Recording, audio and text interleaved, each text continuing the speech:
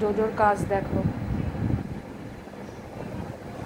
কি করেছে, দেখো ধূপকাঠি এনে ঠাকুরের ওখান থেকে, ঠাকুরের সিংহাসন থেকে ধূপকাঠি এনে বের করে সমস্ত মেঝেতে ফেলে ছিটিয়েছে, প্যাকেটটা খালি প্যাকেট হাতে নিয়ে বসে রয়েছে।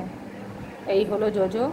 তোমাদের বলি না যে সমস্যা আছে, অটিজম আছে জোজোর, এই তার কাজের নমুনা।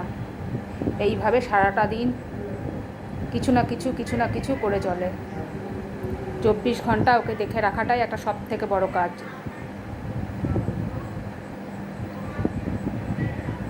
এই কি ফেলেছিস? এই জোজো কি ফেলেছিস? কি এটা? কি এটা? কি বল, কি মুখে বল, কি ফেলেছিস? কি এটা? কি